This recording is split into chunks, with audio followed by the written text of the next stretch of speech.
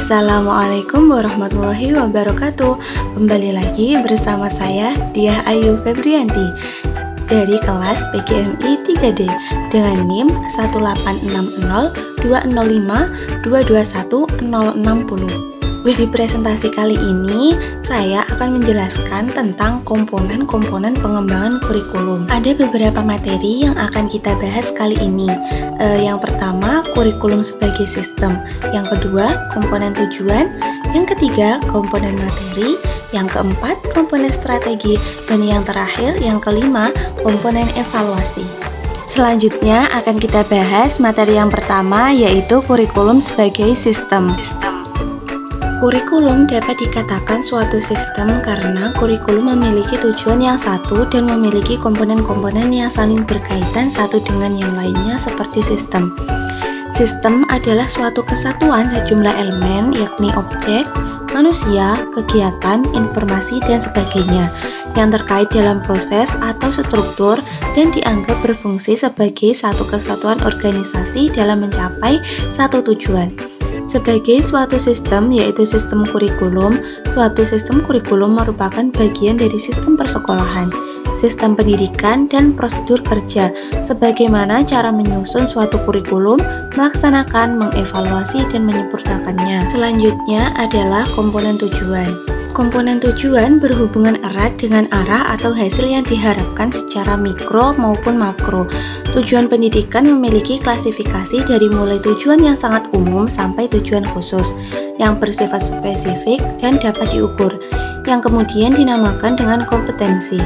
Pembahasan lebih lanjut tujuan pendidikan nasional diklasifikasikan menjadi 4, yaitu yang pertama tujuan pendidikan nasional atau TPN, yang kedua tujuan institusional atau TI, yang ketiga tujuan kurikuler atau TK, dan yang keempat tujuan instruksional atau tujuan pembelajaran atau disingkat dengan TP. Pembahasan yang ketiga yaitu komponen materi.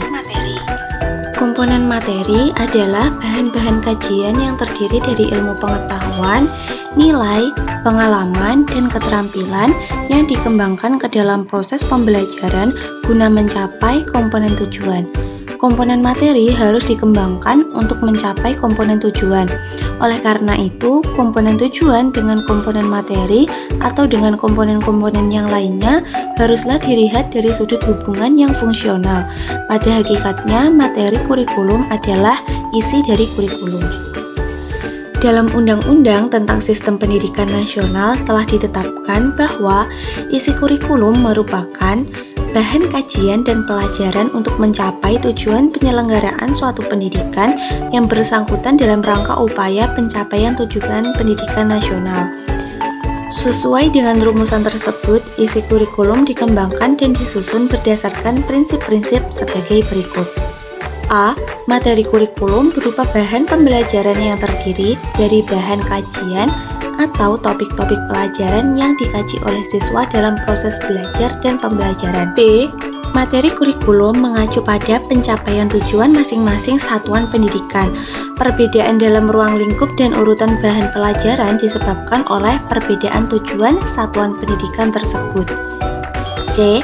Materi kurikulum diarahkan untuk mencapai tujuan pendidikan nasional. Dalam hal ini, tujuan pendidikan nasional merupakan target tertinggi yang hendak dicapai melalui pencapaian materi kurikulum. Selanjutnya adalah komponen strategi.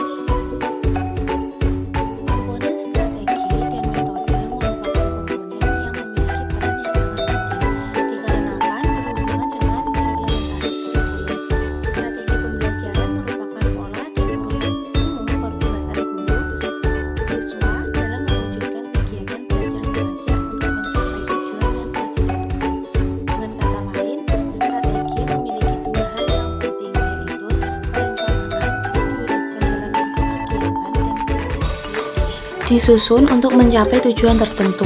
Strategi menuju pada pendekatan, metode, serta peralatan mengajar yang digunakan dalam pengajaran.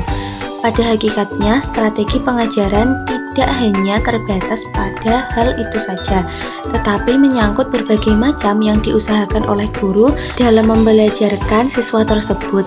Dengan kata lain, mengatur seluruh komponen, baik pokok maupun penunjang dalam sistem pengajaran. Pembahasan yang selanjutnya yaitu komponen evaluasi. Komponen evaluasi adalah komponen kurikulum yang dapat diperbandingkan seperti halnya penjaga gawang dalam permainan sepak bola. Memfungsikan evaluasi berarti melakukan seleksi terhadap siapa yang berhak untuk diluluskan dan siapa yang belum berhak diluluskan.